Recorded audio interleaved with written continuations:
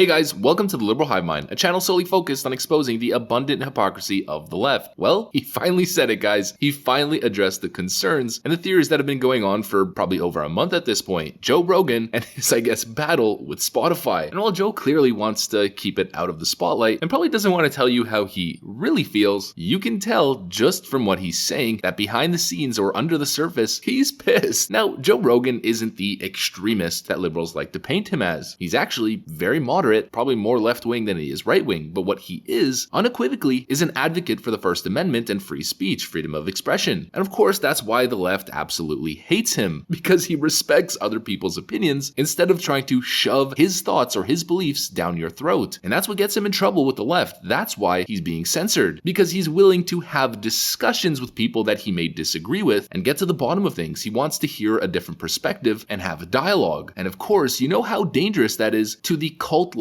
dogma of the rabid radical left. Dissenting opinions are not allowed. Discussion is not allowed. It's my way or the highway. Do as I say, but not as I do. We are at a turning point in society. Are we going to bend over and submit to the radical left? Are we going to let them limit free speech, limit what can and can't be said based on their rulebook that changes every second day and is implemented and enforced by tech oligarchs? Are we going to succumb to the tech overlords of the 21st century, or are we going to take the power back to just speak about things, regardless of whether they're controversial or not? Speaking is not a crime. Entertaining an idea, even less benign, is not a crime. But the left is trying as hard as they can to turn them into thought crimes. Ladies and gentlemen, you are living in an Orwellian dystopia waiting to happen. That is not hyperbole. It is a mere fact. So we got to get into all of this. We got to cover this whole Joe Rogan thing, and I just got to talk about it, give my opinion, and frankly, say what I think just needs to be said. So we're going to get into all of it, but before we do, please make sure to leave a like, a comment, subscribe, hit the notification bell to be notified every single time I post a new video, since that's by far the best thing you can do to support the channel. And of course, us here from the Liberal Hive Mind, we're wishing the president well in his recovery from the COVID virus. Our thoughts and prayers go straight to the White House and of course the Walter Reed Military Hospital. Now with that out of the way, let's roll the tape. Okay, so before we get into what Joe Rogan said, let's cover the backstory. Check this out. Spotify employees threaten strike and protests if Joe Rogan podcast isn't censored, report. I mean, just think about the backwards world that we're living in. People in authoritarian regimes across the world are fighting for less censorship. They're fighting for freedoms that we seemingly take granted in the Western world. Meanwhile, bourgeoisie liberals are fighting for censorship. But of course, Yuri said it best himself. These so-called liberals, these modern Marxists, will not realize the error of their ways until a soldier's boot is on their neck. And look at this right over here. Spotify employees were demanding direct editorial oversight over the recently acquired Joe Rogan Experience podcast. That would include the ability to directly edit or remove sections of upcoming interviews or block the uploading of episodes deemed problematic. The employees also demanded the ability to add trigger warnings, corrections, and references to fact-checked articles on topics discussed by Rogan in the course of his multi-hour discussions. Wow, the thought police are in full effect. I frankly find it patronizing. I mean, we're all adults here. I'm not offended by speech no matter what somebody says. Yet these lefty bozos want to give me a trigger warning or cut out sections that they think will be hurtful to my safety or mental well-being? Yeah, I don't need that. I can make my own decisions, and I have free will and the ability to just not listen to something that I don't want to listen to. We don't need social studies majors dictating what is appropriate and what is not, or what is problematic and what is acceptable. This is a joke. Well, fast forward to today and Joe Rogan finally addresses the controversy. Joe Rogan responds to claims that Spotify is censoring him, and take a listen to some of the things that he had to say. They have literally said nothing to me about it.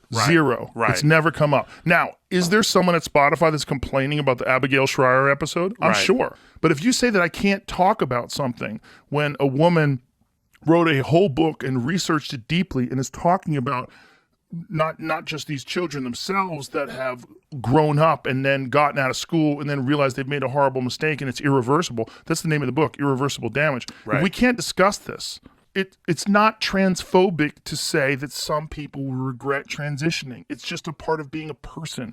People, look, because I'm saying it because this is a podcast. And if you have a problem with people saying terrible shit, you work for Spotify, maybe you should listen to some of the lyrics. Okay? Because some of the lyrics and some of the music that you guys play over and over and over again makes my pale in comparison.